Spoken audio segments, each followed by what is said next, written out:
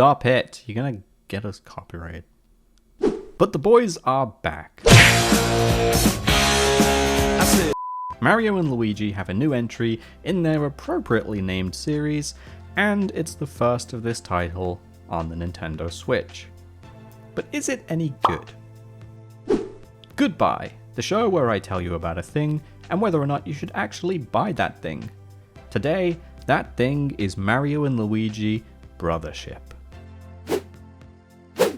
Mario and Luigi is a long-running series that focuses on the two iconic brothers as they work together. Brothership brings us their latest adventure, and the Nintendo Switch offers the opportunity to do more than ever before. The good news is, Brothership never drags. Its clever island-hopping structure sets a brisk pace for the story and ensures that you're never stuck in one place for too long.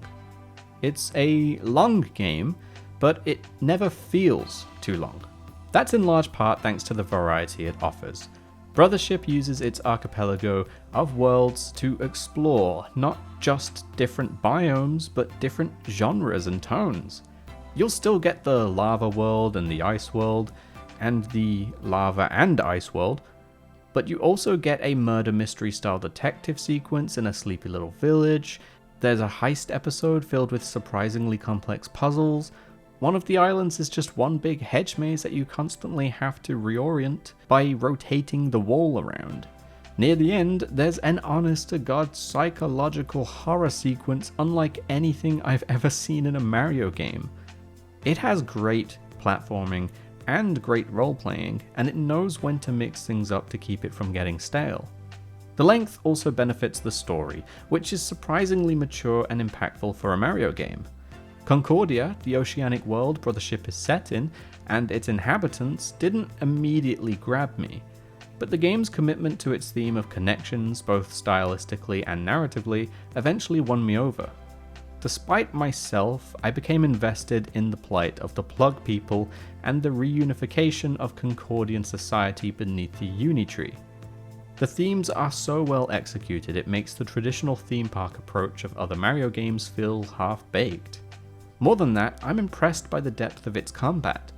The active nature of the turn-based battles has always been the series' greatest strength, and Brothership has plenty of flashy new bros attacks to play with and countless enemy attack patterns to learn. But what really elevates the combat is the battle plug system. It takes about 10 hours to unlock your first battle plug, which is regrettable, but once you do, the strategic complexity of the game gets blown wide open.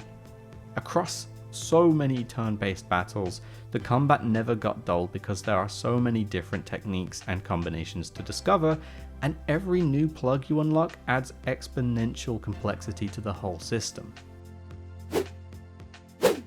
Okay, so I mentioned the game is quite long, so what are we looking at? After skipping about a dozen or so less rewarding side quests, Mario and Luigi Brotherhood still took me about 50 hours to roll credits. You could probably shave some time off this, but it'll still be a substantial adventure regardless. It can certainly be daunting, and it's a shame that certain mechanics prevent the game from really picking up until about the 10-hour mark, but this is, in every aspect, the biggest Mario and Luigi game we've ever had to date. The game costs about £40 to £50 depending on where you get it from, and whether it's a physical or digital version.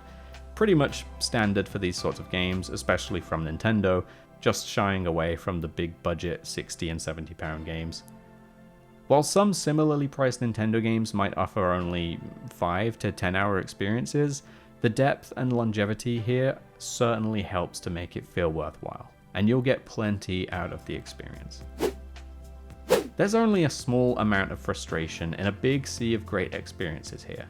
Brothership is a wonderful reintroduction to the Mario Bros, made even sweeter by the fact that I never expected a new entry.